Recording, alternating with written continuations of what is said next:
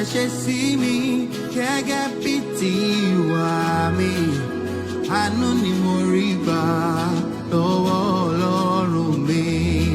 Ọrẹ ọpẹ́ mi rèé o. Ìwọ ńkọ́, oore rẹ̀ ó kọjá lọ́ra ta, kò dẹ̀ ṣe sí wa gẹ́gẹ́ bí tiwa wá.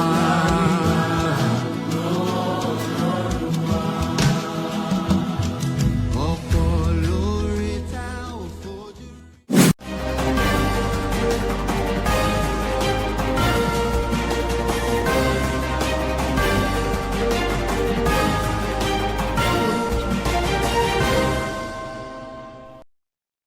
Amis téléspectateurs de Homo Cele Voice, vous avez droit à l'information et c'est à cela que nous œuvrons. Bonjour et bienvenue dans votre bulle info de ce jour. Calez-vous confortablement pour le sommaire.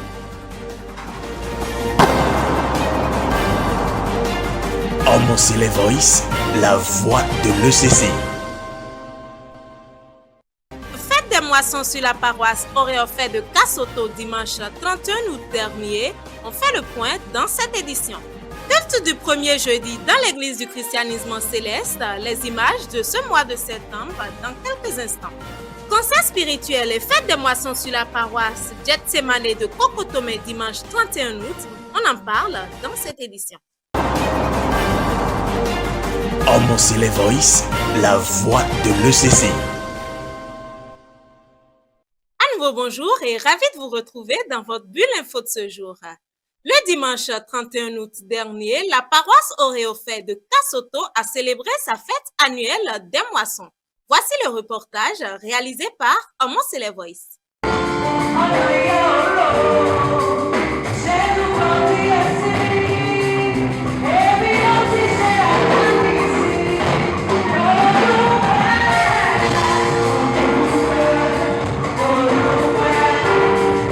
Il est exactement 10 heures ce dimanche 31 août sur la paroisse Auréophèe de Kassoto lorsque le conducteur du culte entame le culte de la fête des moissons annuelle de cette paroisse. Un culte au cours duquel des fidèles issus de diverses paroisses ont exécuté des offices en tout genre.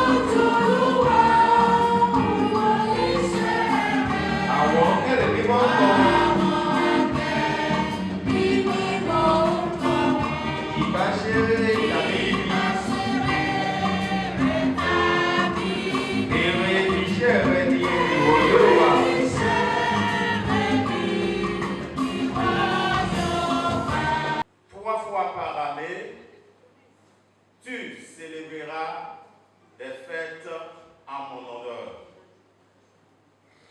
Tu observeras la fête des pains sans levain pendant 7 jours au temps fixé dans le mois des épis. Tu mangeras des pains sans levain comme je t'en ai donné l'ordre, car c'est dans ce mois que tu es sorti d'Égypte. Bien évidemment, la chorale présente à interpréter les cantiques en usage dans l'église du christianisme céleste, mais aussi et surtout une animation spéciale pour l'occasion.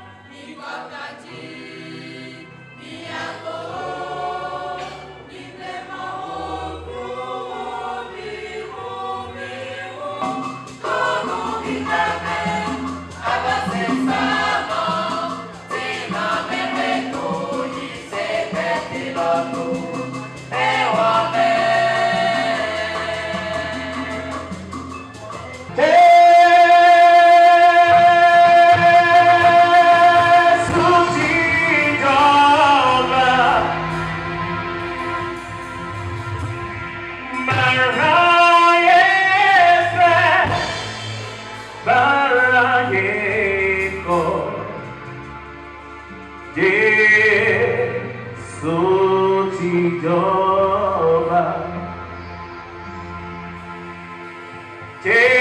Jésù pẹ̀lú mi.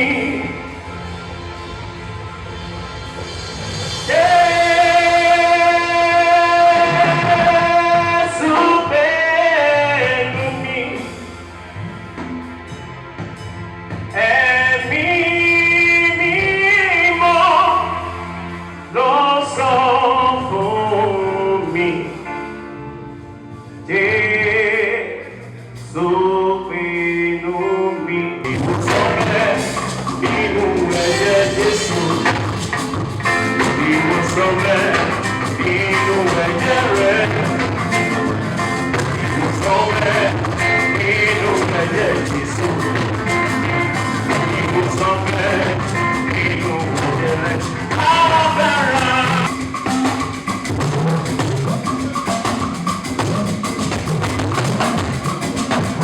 Ẹsẹ̀ kò sí.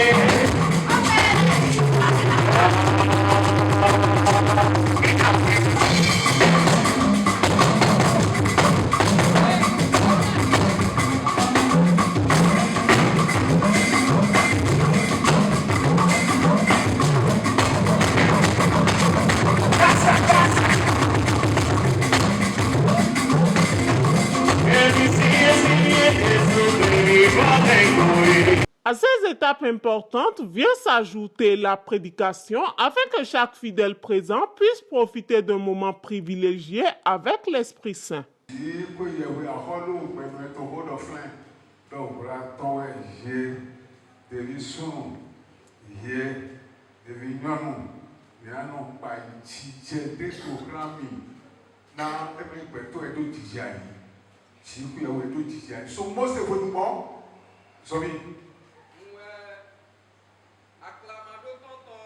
Òun wẹ́ akẹ́rẹ́màdó tó tán wẹ̀ mí náà pa yí tó wẹ̀nu òkúrò mi tán Jésù Kristi ẹ̀yìn pa bọ̀ mí náà pa sí bọ̀ mí náà tó tì bọ̀ náà pa yí jíjẹ bọ̀ lókè àdó ànáṣẹ́wà lókè àdó náṣẹ́wà nàdó àpàkìgbò náà tí pé ìyẹ́wé tó gbowó ẹ̀ tó mẹ́rin títà mi kò bá yọ ẹ̀.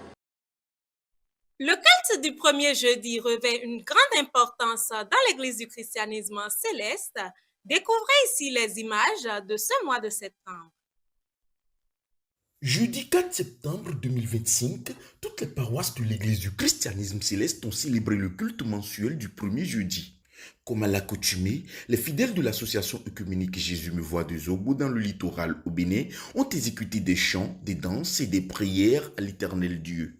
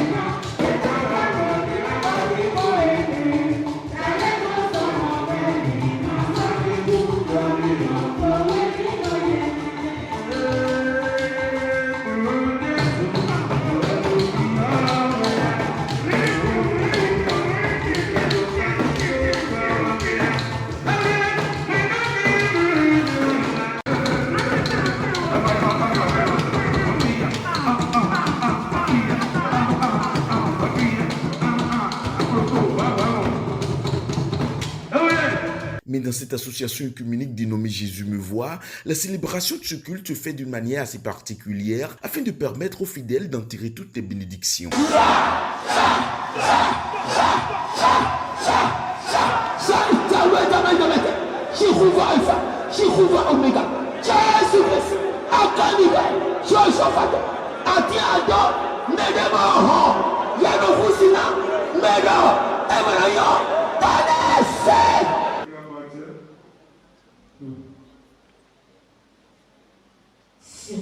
Yendena wajo, bokwentenanyo, bena ikonawe, iya josi koso mediante, ekota lotena, ji.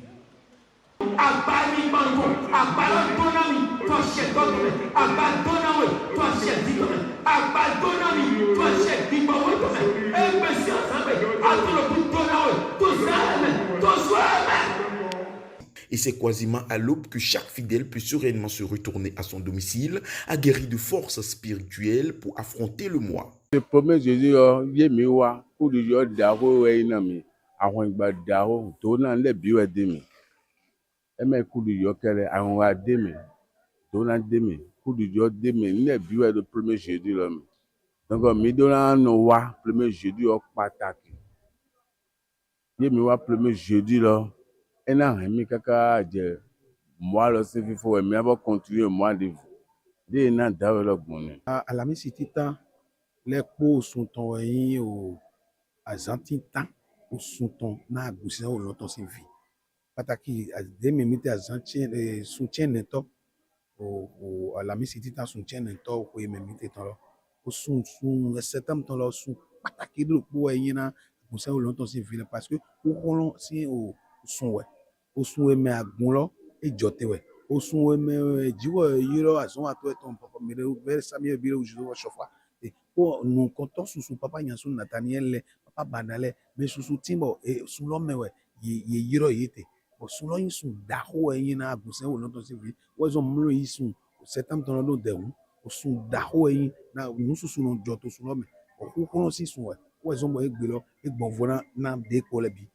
Le culte du premier jeudi, pour moi, c'est une résurrection, c'est une rénovation, c'est une restauration. Parce que quand tu travailles, chaque fin du mois, tu as ton salaire. Si tu travailles, tu dois être fatigué à un moment donné. Pour le mois, qui n'a jamais vu ce mois-là? Personne. C'est seulement le Christ. Donc pose-lui ta tête. Va s'incliner à lui. Il va te bénir pour le mois. Ce qu'ils ont donné à notre Père au chauffard, c'est une grâce, c'est trop. Quand moi j'analyse ça, je vois ça vraiment, je me pose la question, quelle relation lui, le chauffard là? Notre Père, quelle relation il est né comment? Je me pose la question, il est né comment? Quelle relation il a si tant avec son Dieu? On lui a donné cette doctrine. Venu des cieux, le premier jeudi, on ne peut pas comparer. Et si vous préparez bien, je ne vois pas ce qui va vous embêter dans le mois. Je ne vois pas ce qui va vous bloquer dans le mois. Vous allez avancer, ça marche. C'est un grand culte. On ne doit pas se amuser avec ça. Et c'est pourquoi moi, je prépare ça 3 jours avant. Je prépare ça avec mes enfants. On prie le mardi, mercredi, le jeudi, ça fait le 3e jour. On attaque fort. C'est un grand culte. Dans toute l'église céleste, nos cultes là, ça là, c'est Dieu même. Son vrai nom, ils ont donné ça à notre papa au chauffard, la Chadvaï. C'est un grand nom. Direction à présent la paroisse Getsemane de Kokotomé pour sa fête des moissons édition 2025. Reportage.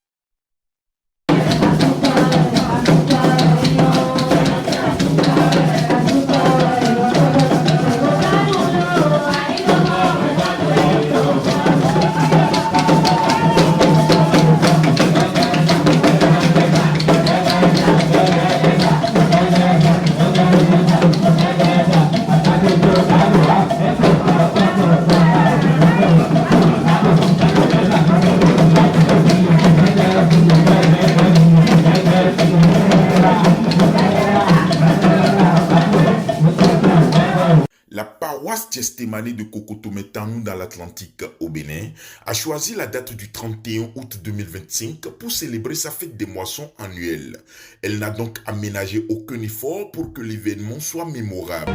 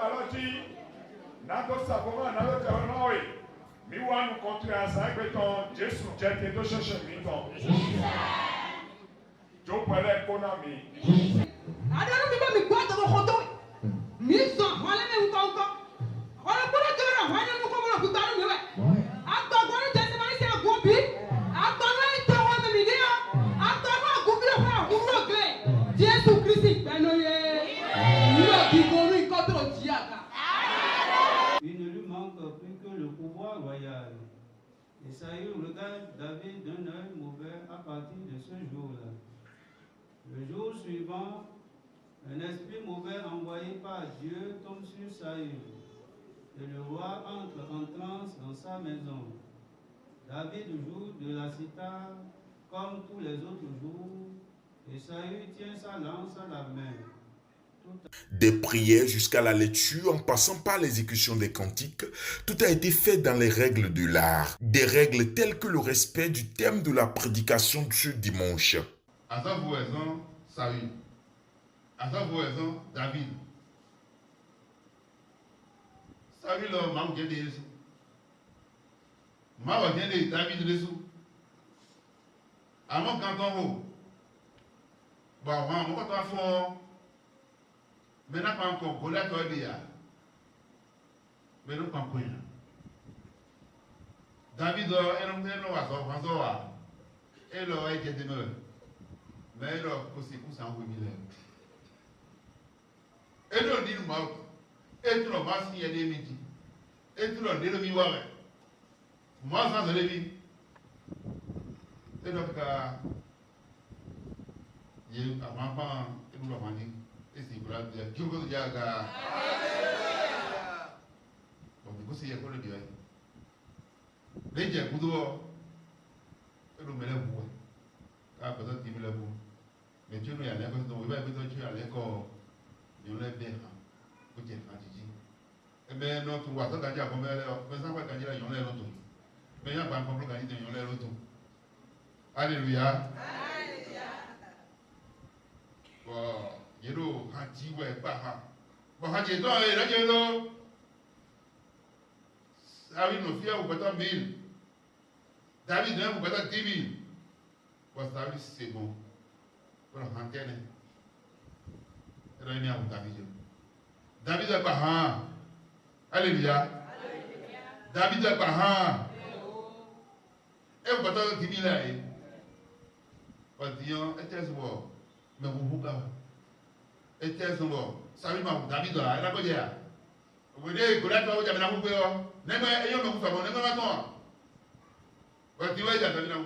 La fête des moissons est pour chaque paroisse l'occasion de remercier le Seigneur pour ses merveilles et de s'assurer du renouvellement des grâces du Seigneur pour l'année à venir.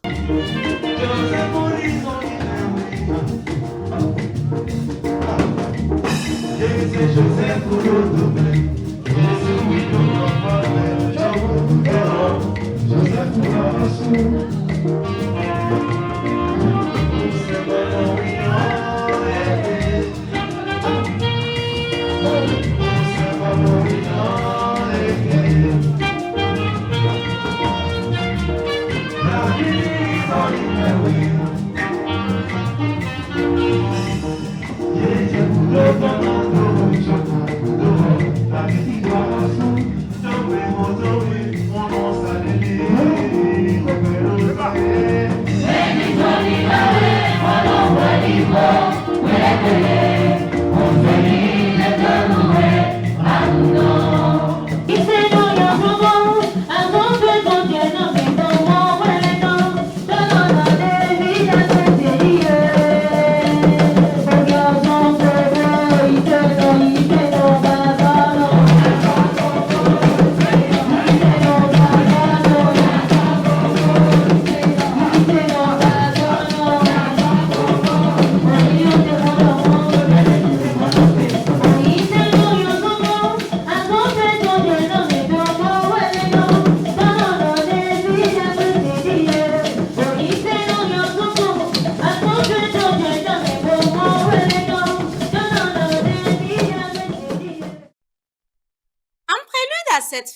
la chorale de la paroisse Gethsemane de Kokotomé et d'autres chorales sœurs ont animé un concert spirituel pour égayer le peuple de Dieu. On regarde.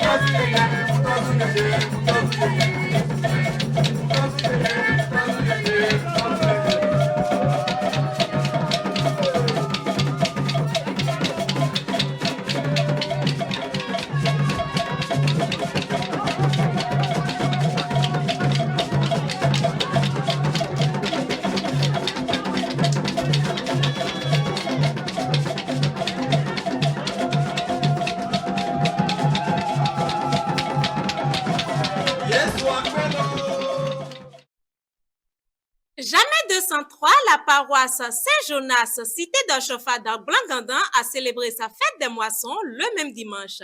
Suivons plutôt. Ce dimanche 31 août 2025, c'est avec des chants de louanges et divers actes de célébration que les fidèles de la paroisse Saint-Jonas, cité d'Ochofa d'Arblanc-Gandin, ont célébré leur fête annuelle des moissons.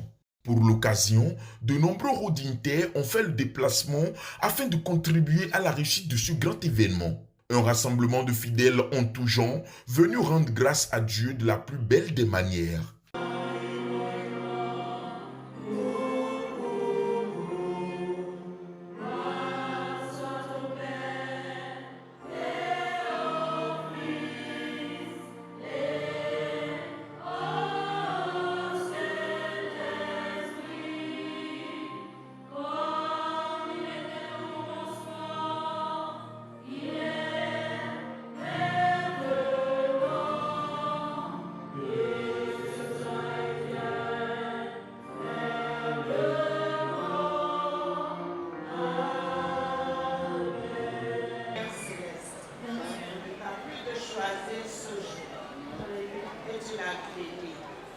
Nous savons que tu as été avec nous. Que tu vas toujours demeurer avec nous.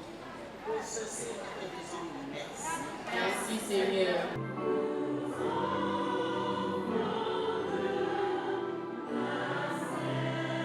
Louons sans cesse le Seigneur.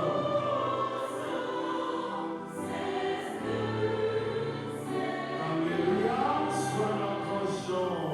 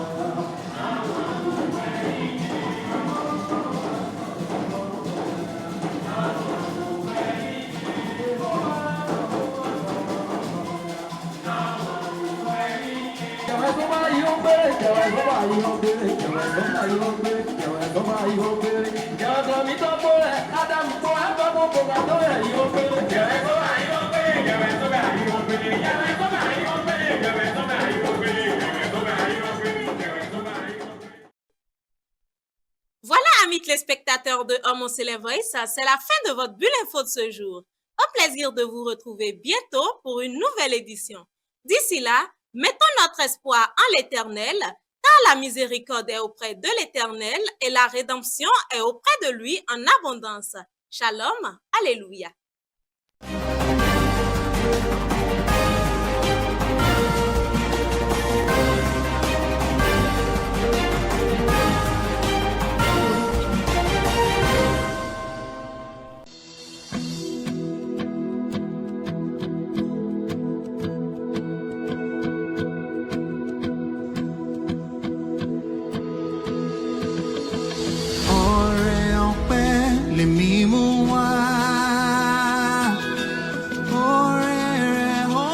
Jaburata kódà ṣe sí mi gẹ́gẹ́ bí tiwa mi àánú ni mo rí gbà lọ́wọ́ Ọlọ́run mi ọrẹ ọpẹ́ mi rèé o.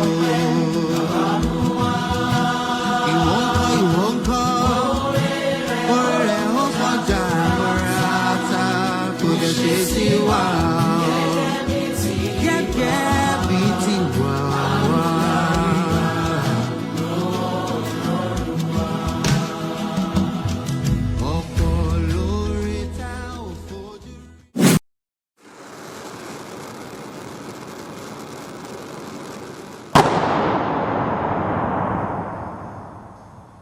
Homo Voice, la voix de l'ECCI.